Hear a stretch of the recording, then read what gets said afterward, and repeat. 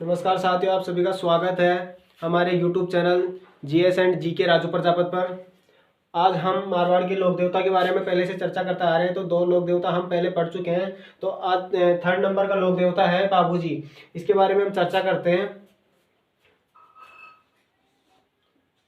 बाबूजी, तो आज हम बाबूजी के बारे में पढ़ते हैं। तो बाबूजी के जन्म से संबंधित बात करते हैं हम। जन्म से संबंधित पहले हम सन की बात कर लेते, समय की बात कर लेते हैं। समय पहले विक्रम संवत में देखते हैं। विक्रम संवत, तो विक्रम संवत और एक ईस्वी सन में, तो ईस्वी सन है 1239 और विक्रम संवत प्लस 57 करने के बाद 1296। तो समय विक्रम संवत में समय है 1296 और ईस्वी सन में 1239 है। यह माइनस करने के बाद कर लो। तो बाबूजी के जन्म का समय देख लिया। जन्म से संबंधित स्थान देख लेते हैं हम। दिन देख लेते हैं। दिन है चैत्र अमावस्या। चैत्र अमावस्या बाबूजी का जन्म का दिन है वो चैत्र अमावस्या है। और जो इनका स्थान है वो कोलुमंड फलोदी जोधपुर में ही है। कोलुमंड फलोदी जोधपुर, कोलुमंड फलोदी जोधपुर। तो ये बाबूजी के समय, जन्म का समय, स्थान और दिनांक तीनों के बारे में बात कर लिए। हम इनके परिवार जनों के बारे में बात करते हैं, अर्थात राशन कार्ड के बारे में पढ़ते हैं।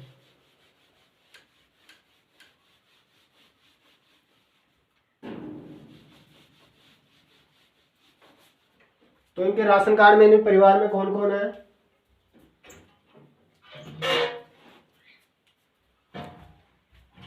तो इनके परिवार में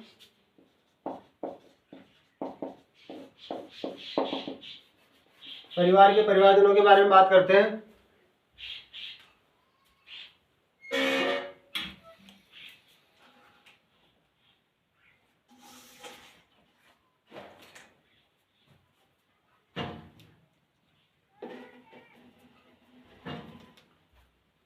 तो परिवार में है पिता, माता, बहन। तो पिता के बारे में है, जो पिता इनके धांधल जी हैं। माता इनकी कमलादे है और पत्नी इनकी सुप्यारदे या फुलमदे भी कहते हैं। पत्नी इनकी फुलमदे या सुप्यारदे कहते हैं। बहन इनकी सोनबाई है। तो पिता है जो धांधल जी राठौड़ है। धांधल जी राठौड़, पिता है इनके धांधल जी राठौड़। ये बाबूजी हैं जो राठौड़ वंश के राजपूत हैं। माता इनकी कमलादे है। बहन इनकी सोहनबाई है। इनका विवाह हुआ था इनका जायल नागौर जिंदराव खींची के साथ। विवाह जिंदराव खींची के साथ।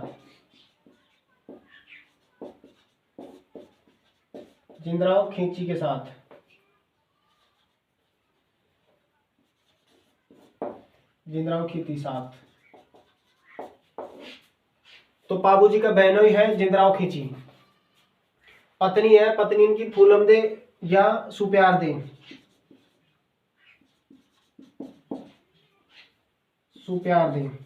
या फूलमदे। ये अमरकोट की सूरजमल सोडा की पुत्री थी। जो रामदेव जी का ससुराल भी अमरकोट पाकिस्तान में ही था। जो रामदेव जी की पत्नी थी वो अमरकोट की ही थी। वो दलेल सिंह सोडा की पुत्री थी। तो पिता इनके दांदल जी राठौड़, माता इनकी कमला दे है, बहन सोनबाई है जिनका विवाह जिंदराव खींची के साथ हुआ था। ये जायल नागौर के थे जिंदराव खींची। पत्नी इनकी सुप्यार दे या फूलम दे है। और बाबूजी से संबंधित बात करते हैं। ये परिवार संबंधित बात हो गई।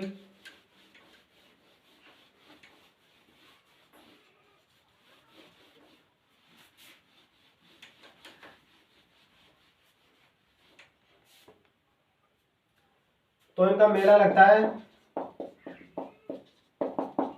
चैत्र अमावस्या को। इनका मेला लगता है चैत्र अमावस्या को। चैत्र की अमावस्या को ही इनका जन्म हुआ था, तो मेला भी इनका चैत्र अमावस्या के दिन ही लगता है। इनकी जो घोड़ी है केसर कालवी। केसर कालवी, केसर कालवी किसने दी थी? ये कलर काले कलर की थी, काले कलर की थी केसर कालवी। ये केसर कालवी है जो बाबूजी की घोड़ी है, जो बाबूजी की घोड़ी केसर कालवी है जो काले रंग की है। ये देवल चारनी ने दी थी। जो केसर कालवी है वो देवल चारनी ने दी थी। देवल चारनी ने, देवल चारनी के बारे में हम बात करेंगे आगे। तो घोड़ी का नाम केसर कालवी है, काले रंग की घोड़ी है, देवल चारनी ने दी थी। और जो मंदिर है, मंदिर इनके दो प्रसिद्ध मंदिर है। मंदिर जो दो प्रसिद्ध है, एक कोलमन फलोदी जोधपुर में है।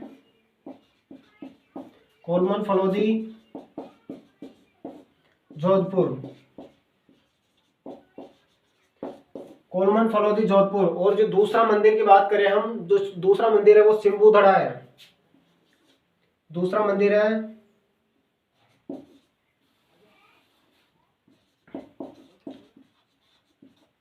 सिंबूधड़ा। सिंबूधड़ा है दूसरा मंदिर। सिंबूधड़ा बीकानेर का दूसरा मंदिर है। ये बीकानेर में पड़ता है। दूसरा मंदिर है जो सिंबूधड़ा बीकानेर में है। मंदिर इनके प्रसिद्ध दो हैं, क्योंकि मंदिर प्रसिद्ध मंदिर ही रहते हैं, अर्थात और भी गांवों में इनके मंदिर रहते हैं, परंतु जो प्रसिद्ध मंदिर है उन्हीं के बारे में हम चर्चा करते हैं।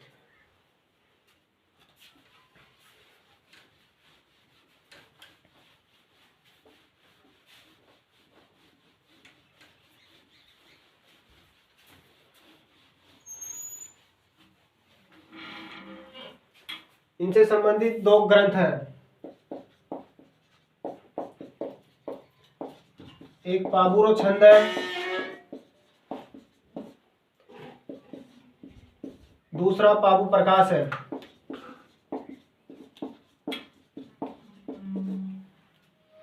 एक पाबुरो छंद है, एक पाबुरो प्रकाश है। तो पाबुरो छंद की जो रचना की थी वो मेवा मीर जी ने की थी।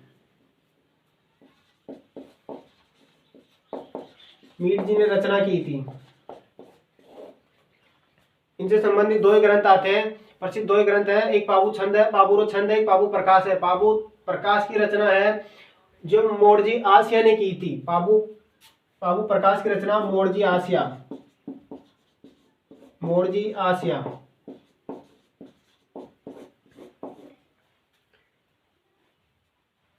बाबू जी से संबंधित जो दो ग्रंथ है उन्हें हम देख लिए। आगे हम बढ़ते हैं। तो इनका प्रतीक है अश्वारोही भाला लिए हुए, या फिर ऐसे लिख सकते हैं हम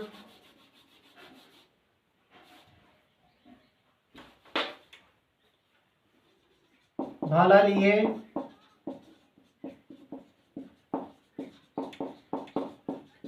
अश्वारोही सवार।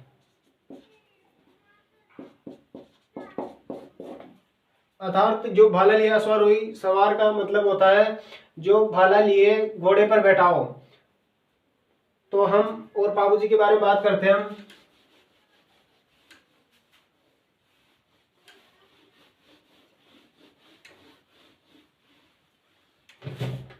पहले बाबूजी के उपनामों के बारे में देखते हैं। बाबूजी के उपनाम, गायों के देवता, या फिर गोरक्षक देवता भी कहते हैं। गोरक्षक देवता,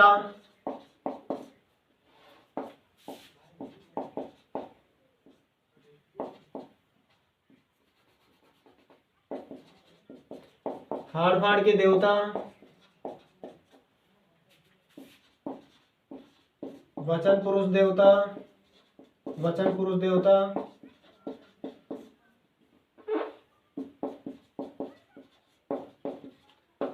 सांप्रदायिक देवता, सांप्रदायिक गोरक्षक देवता, आड़ फाड़ के देवता, वचन पुरुष देवता, सांप्रदायिकता के देवता, शरणागत के देवता,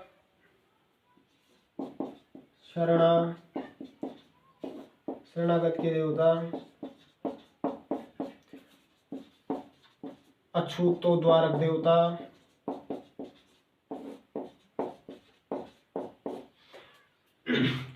शरणागत के देवता, अछूतो द्वारक देवता, प्लेग रक्षक देवता, और ये लक्ष्मण के अवतार भी माने जाते हैं। प्लेग रक्षक देवता, लक्ष्मण के अवतार, लक्ष्मण के अवतार। इससे पहले हम रामदेव जी के बारे में पढ़ चुके हैं। तो रामदेव जी खुद कृष्ण जी के अवतार माने जाते हैं। उनके छोटे भाई वीरमदेव हैं, वो बलराम जी के अवतार माने जाते हैं। तो ये इनके उपनाम है।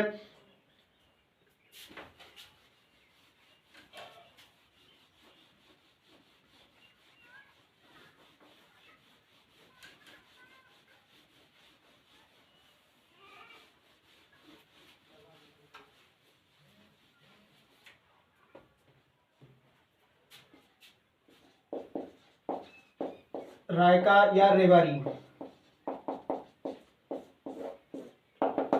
रायका ये जो रेवारी है, रायका रेवारी जाति है जो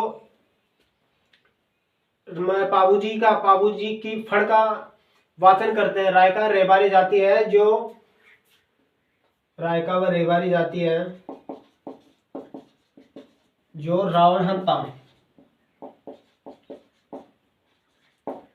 हत्ता वाद्य यंत्र से पाबूजी की फड़ का वाचन करते हैं। पाबूजी की फड़ का वाचन करते हैं।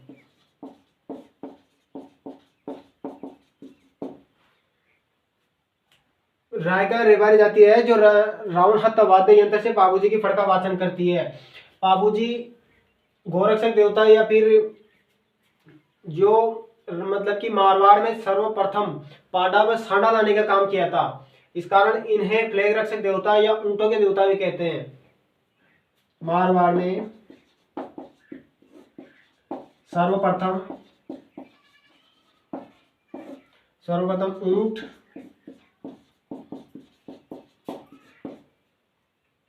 सांडा लाने का काम किया था।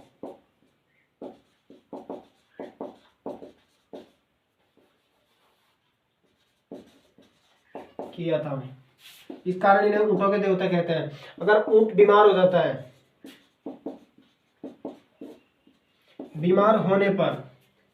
ऊंट बीमार होने पर रायका रेवारी जाती है जो रावण हत्ता वाद्य यंत्र से पाबूजी की फड़ का वाचन करते हैं। तो वाचन करने के बाद जो पाबूजी की फड़ का वाचन करते हैं रावण हत्या वाद्य यंत्र से, उसके बाद ऊंट ठीक हो जाता है, ऐसा माना जाता है।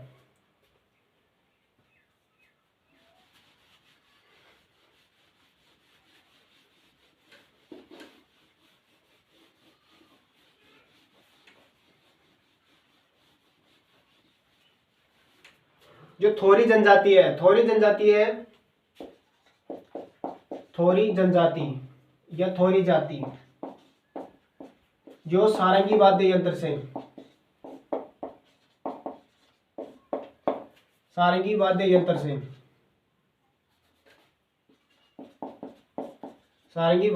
से पाबूजी के यश गाती है। मतलब कि थोरी जाति है जो सारंगी वाद्य यंत्र से पाबूजी के यश गाती है। बाबूजी के यश क्यों गाती है, इसका कारण भी है। यंत्र से पाबूजी के यश गाती है। ये क्यों गाती है? जो थोरी जनजाति है वो सारंगी वाद्य यंत्र से पाबूजी के यश क्यों गाती है?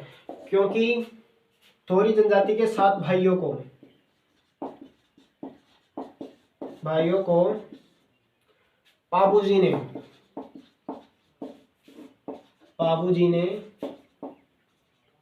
गुजरात के शासक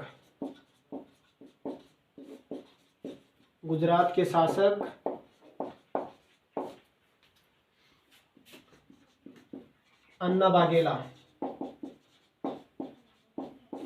बाघेला से छुड़वाया था।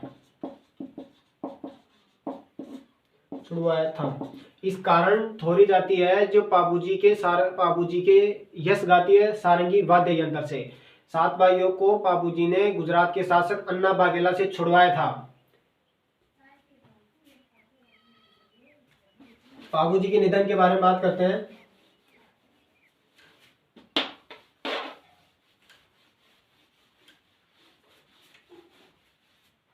पाबूजी का निधन हुआ था इनका 1276 ईस्वी में या 1276 में। 1276 में युद्ध हुआ था इनका, निधन युद्ध में हुआ था। देवल चाणक्य की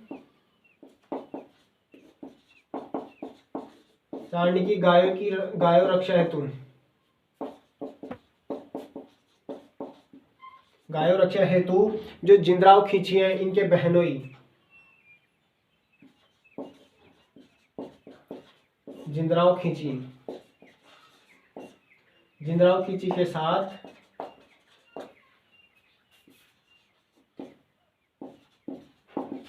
युद्ध में मारे गए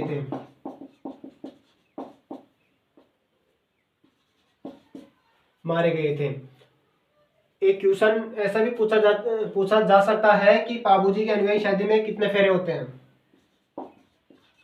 पाबूजी की अनुयायी शादी में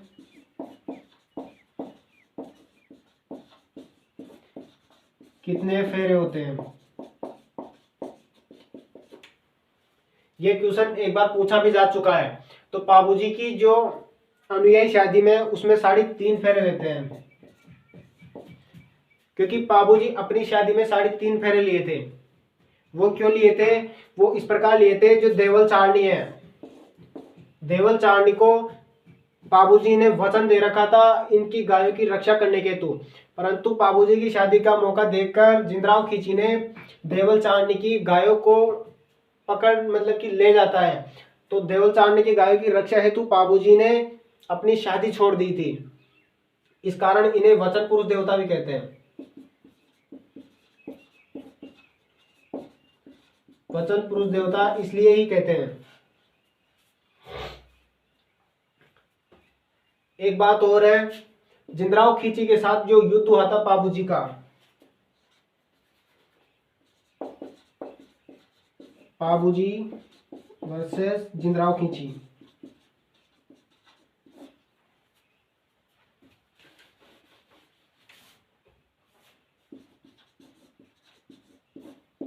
तो उसमें पाबूजी के जो सहयोगी थे, युद्ध सहयोगी,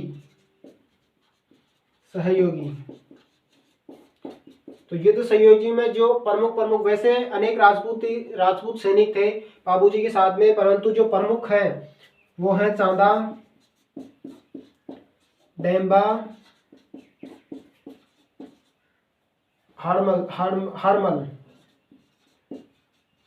हरमल जी और सलखा जी।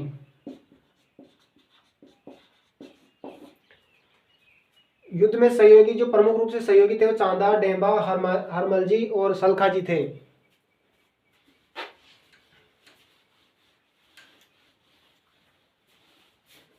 जो पाबूजी की ऊंटों की रक्षा करता था, मतलब कि जो ऊंटों की सेवा करता था या ख्याल रखता था, देखरेख करता था, ऊंटों की देखरेख,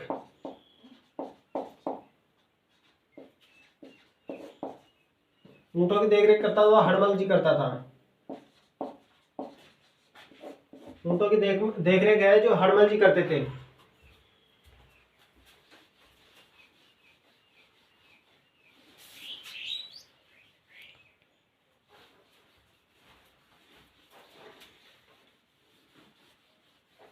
पाबू जी के ऊंट थे उनकी देखरेख हड़मल जी करते थे।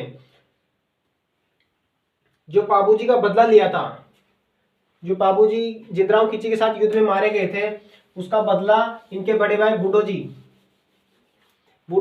जी के पुत्र थे रूपनाथ जी या झरड़ा जी। पाबू जी की मौत का बदला।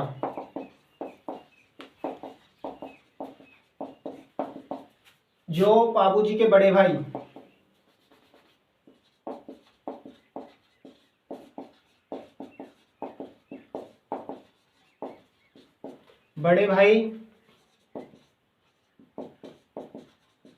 बूढ़ो जी के पुत्र, उसमें बूढ़ो जी के पुत्र में जो एक तो नाम मतलब कि झरड़ा जी या रूपनाथ जी है। जो बूढ़ो जी के पुत्र हैं रूपनाथ जी या झरड़ा जी।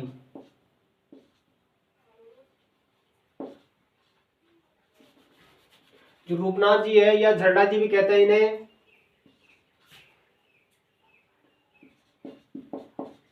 झरड़ा जी, ये बूढ़ो जी के पुत्र हैं। तो पाबू जी के बड़े भाई हैं बूढ़ो जी, तो बूढ़ो जी के पुत्र है रूपनाथ जी या झरड़ा जी। इन्हें हिमाचल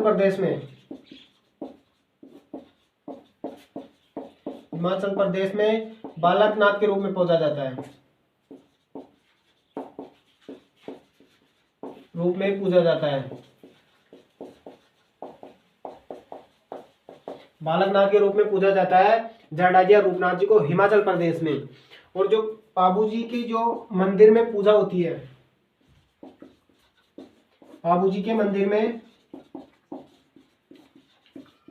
पूजा, तो पाबू जी के मंदिर में पूजा होती है वो एक गाड़ी की होती है। वो गाड़ी क्या है? गाड़ी की पूजा होती है। तो वो गाड़ी के रूप में है, जो गाड़ी के रूप में जाने, तो वो गाड़ी है जो पाबू जी जो अपंग या पंगु गायें थी उनके लिए चारा लाते थे। अपंग या पंगु गायें,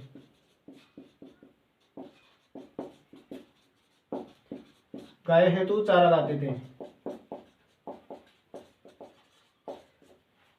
उस गाड़ी की जो आज मंदिर में पूजा होती है।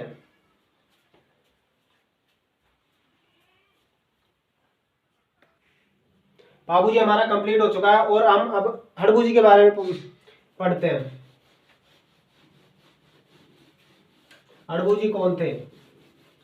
हड़बू जी भी मारवाड़ के जो पंचपीरों में है उन्हें गिना जाता है।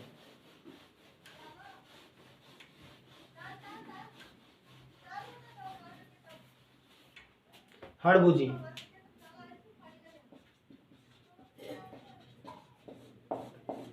तो हड़बू जी का जन्म है जो 15वीं सदी के आसपास हुआ था।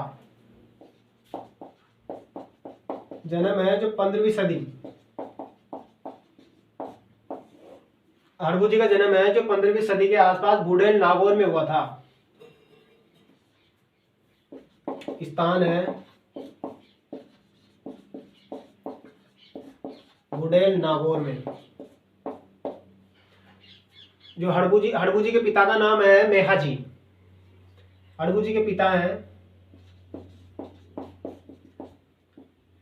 मेहा जी। मेहा जी वही है जो मारवाड़ के पंचपीरों में गिने जाते हैं।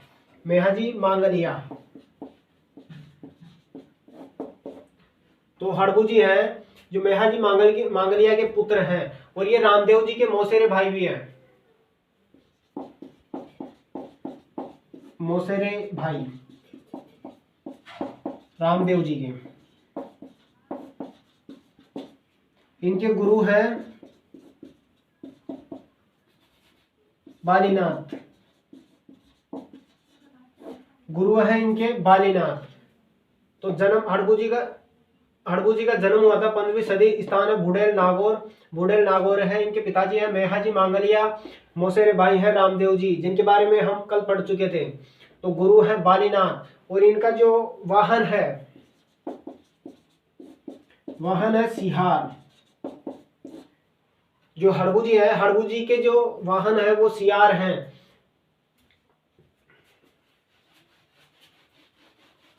इनके उपनामों के बारे में चर्चा करते हैं।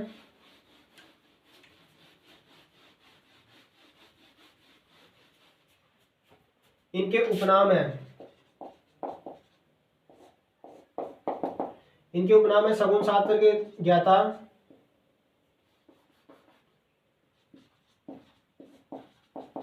सगुन शास्त्र के ज्ञाता, बाल ब्रह्मचारी, योगी सन्यासी,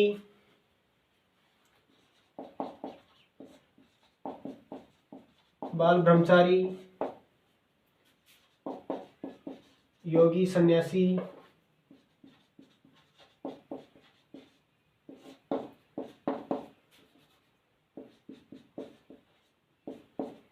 गोरक्षक देवता, और एक नाम और है इनका वीर योद्धा।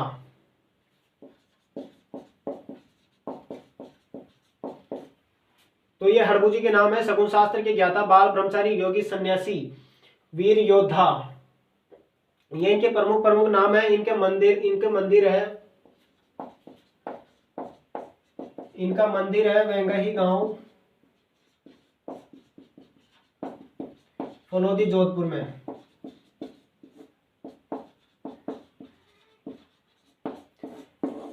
इनका मंदिर है जो वेंगही गांव, फलोदी, जोधपुर में। वेंगही गांव के बारे में चर्चा करें तो वेंगही गांव राव जोधा ने दिया था। वेंगही गांव राव जोधा ने दिया था। किसको दिया था? हड़बू जी को दिया था। तो वेंगई गांव राव जोधा ने दिया था। राव जोधा का जो शासन काल है वो 1438 से 89 तक है। तो वेंगई गांव राव जोधा ने क्यों दिया हड़बू जी को? तो हड़बू जी ने राव जोधा को राज्य प्राप्त आशीर्वाद दिया था। राज्य प्राप्त आशीर्वाद देने के कारण हड़बू जी को वेंगई गांव फलोदी, जोधपुर में दिया था। इनका मंदिर भी वही है। इनका मेला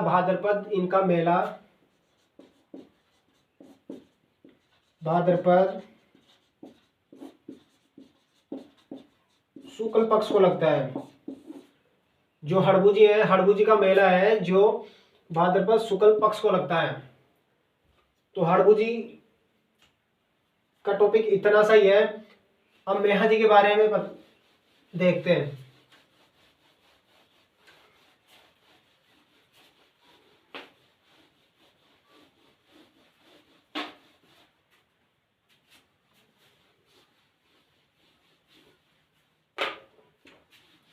तो मेहा जी मांगलिया,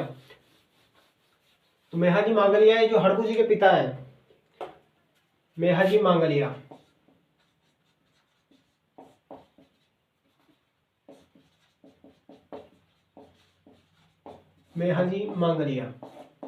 तो मेहा जी मांगलिया है जो हड़बू जी के पिता है। मेहा जी मांगलिया का जन्म है वो 14वीं सदी माना जाता है। जन्म संबंधी बात करते हैं तो जन्म है इनका 14वीं शताब्दी में, 14वीं सदी में। तो इनका जन्म 14वीं सदी में हुआ था। दिन की बात करें हम, दिन है भाद्रपद कृष्ण अष्टमी। तो इसी दिन जन्माष्टमी भी होती है।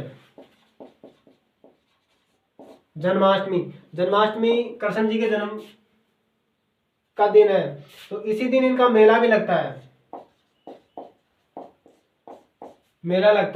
जो मेहा जी मांगलिया है उसका जन्म 14वीं सदी में हुआ था। मेला और दिन एक ही है, भाद्रपद कृष्ण अष्टमी को। इनका जो पालन पोषण ननिहाल में हुआ था। ननिहाल में ही इनका पालन पोषण हुआ था। इनका मंदिर है बापड़ी, जोधपुर में। जो मेहा जी मांगलिया है उनका मंदिर बापड़ी, जोधपुर में है। इनका घोड़ा है वो किरण काबरा है। घोड़ा इनका किरण काबरा है। तो जन्म हुआ था इनका 14वीं सदी में। मेला या दिन भाद्रपद कृष्ण अष्टमी या जन्माष्टमी के दिन इनका मेला भी लगता है।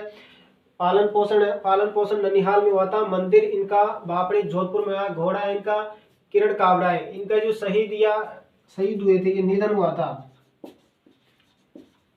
निधन या शहीद,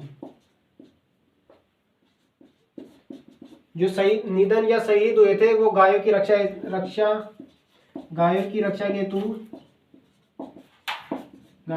हेतु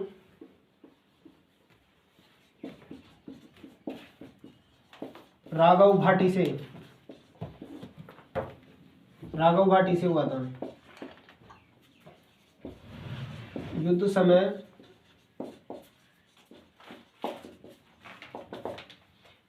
इसलिए इसे गोरक्षक देवता भी कहते हैं। इनके जो पुजारी होते हैं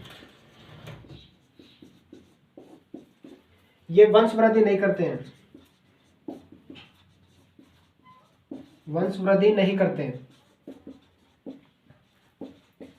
वंशवृद्धि जो दादूपंथ के लोग हैं वो भी वंशवृद्धि नहीं करते हैं। ये गोद लेके अपना वंश बढ़ाते हैं।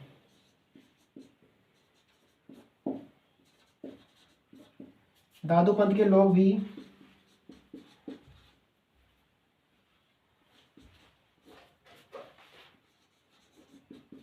वंशवृद्धि नहीं करते।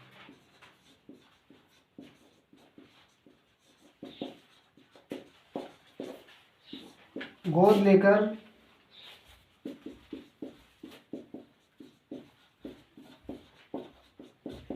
वंशवृद्धि करते हैं। तो हमारा टॉपिक है जो मारवाड़ के पंचपीर है, वो टॉपिक आज हमारा कंप्लीट हो चुका है। अगर वीडियो अच्छा लगे तो लाइक शेयर एंड कमेंट जरूर करें।